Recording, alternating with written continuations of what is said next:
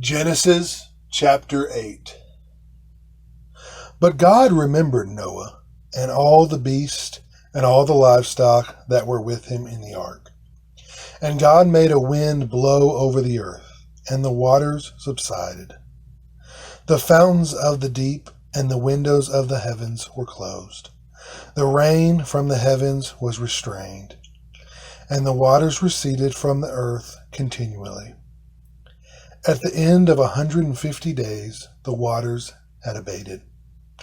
And in the 7th month, on the 17th day of the month, the ark came to a rest on the mountain of Ararat.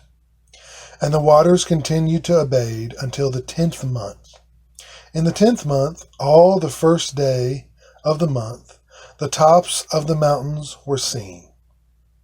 At the end of 40 days, Noah opened the windows of the ark that he had made, and sent forth a raven.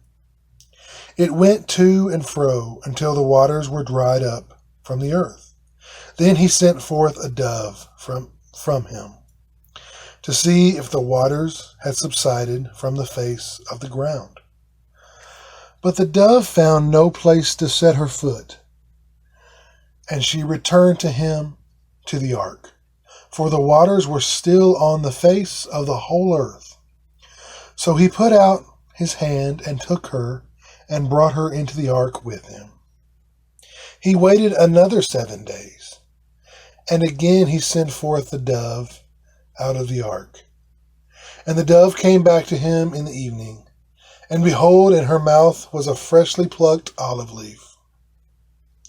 So Noah knew that the waters had subsided from the earth. Then he waited another 7 days and sent forth the dove, and she did not return to him any more. In the 601st year, in the 1st month, the 1st day of the month, the waters were dried from off the earth, and Noah removed the covering of the ark and looked. And behold, the face of the ground was dry. In the 2nd month, on the 27th day of the month, the earth had dried out. Then God said to Noah, "Go out from the ark, you and your wife, and your sons wives with you.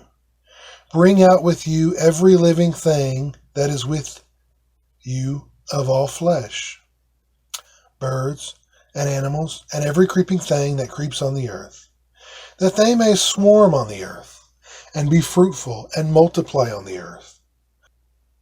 So Noah went out, and his sons, and his wife, and his sons' wives with him, every beast, every creeping thing, and every bird, everything that moved on the earth, went out by families from the ark. Then Noah built an altar to the Lord, and took some of every clean animal, and some of every clean bird, and offered burnt offerings on the altar. And when the Lord smelled the pleasuring aroma, the Lord said in his heart, "I will never again curse the ground because of man.